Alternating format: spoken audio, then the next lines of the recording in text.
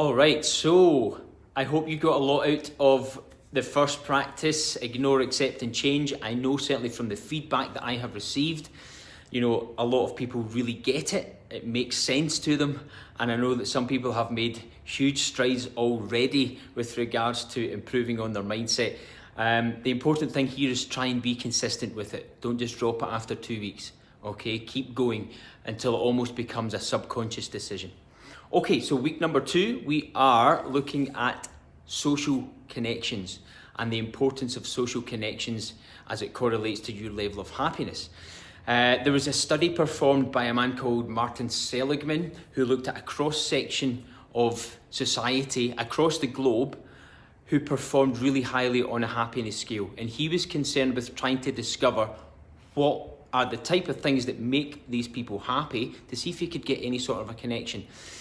So some people stated that their achievements and their goals were hugely important to them and that contributed to their happiness, whereas some people said no, that made no difference to them whatsoever.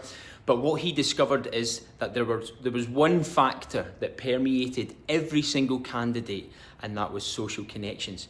Every person who scored high on this happiness scale valued social connections highly, and they said that they had rich friendships, partnerships, etc., that had a massive contribution.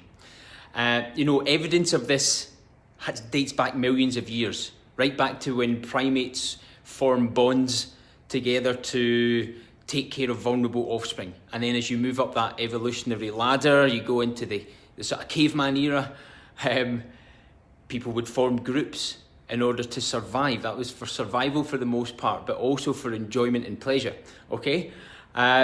So as human beings, we have a yearning for social connections that are deep rooted into our DNA. So it's really, really important that we develop these things and we nourish them, okay? So there's a little bit of science behind it.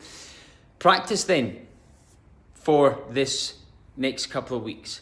I want you to try and develop and nurture social connections. Now, I'm not asking you to go out and make new friends. You can do that if you want, right? But you can develop existing friendships in order to see a huge improvement in your level of happiness. It's amazing how this can actually work.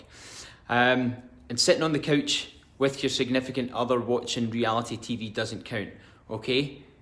Instead of going for that text conversation, take someone out for a coffee, okay? Or invite them out at the weekend to have a drink and just see how you feel after that interaction. Hammered, perhaps, if it's Friday night. No, that's not the point, okay? The point is face-to-face interaction is the only way you can develop and nurture those type of relationships, right? And people kind of fool themselves into believing that they have all these connections, especially because of social media, because of the accessibility of connections via your cell phone, your mobile phone, right? So that's it, nice and simple. It's an easy one. Go and meet someone for a coffee or take them out for a drink. Not your immediate family, someone outside of that sort of close-knit circle, and just see how you feel after it, okay? Thanks for listening.